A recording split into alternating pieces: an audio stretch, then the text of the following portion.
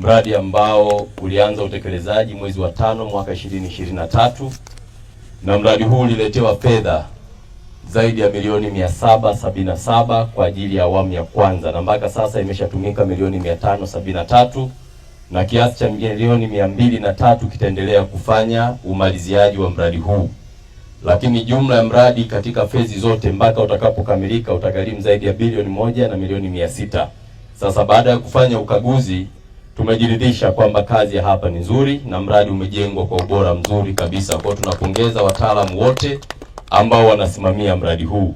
Lakini kwa mujibu wa taarifa, tarehe 30 ya mwezi wa 8 mradi inabidi uwe umekamilika kwa awamu ya kwanza. Hivyo nitoe wito kwa wasimamizi wa mradi kwamba hakikisheni tarehe 30 kama taarifa inavyosema mradi uweze kukamilika, na sisi tutaenda kupushi zaidi tukishirikiana na mheshimiwa mbunge kwamba fedha nyingine zije ili mradi huu uweze kukamilika kwa 100%, kwa sababu kukamilika kwa mradi huu kutaleta chachu kubwa ya vijana wetu wa wilaya ya Kilolo kuweza kupata mafunzo hapa ambayo yatawasaidia katika masuala ya ajira, lakini pia halmashauri wataweza kuwatumia vijana hao katika shughuli mbalimbali, kwa sababu hapa pana karakana 3 ambazo ninaamini huduma zinazotolewa hapa au mafunzo yatakayotolewa hapa yatasaidia katika halmashauri kuwapa tenda vijana hao ambao wataweza kupata kipato chao cha familia, lakini uchumi wa taifa letu. Lakini tumie fursa hii kuwapongeza wananchi mlioko hapa na kusema kwamba mradi huu ni mali yenu.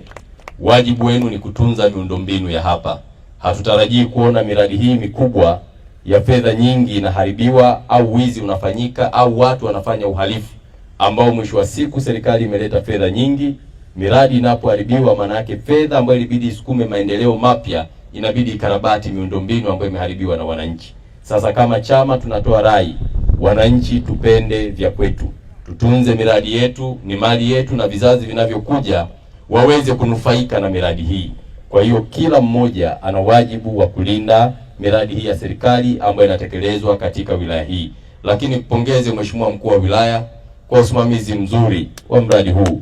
Nimpongeze mkurugenzi na timu yake kwa kuweza kusimamia pia miradi hii vizuri, na nikipongeze chama mkoa pamoja na wilaya kwa namna ambavyo mnakagua utekelezaji wa ilani, na nikupongeze mheshimiwa mbunge kwa kuendelea kupaza sauti ndani ya bunge kuhakikisha miradi ya maendeleo inaletwa katika wilaya hii ya Kilolo.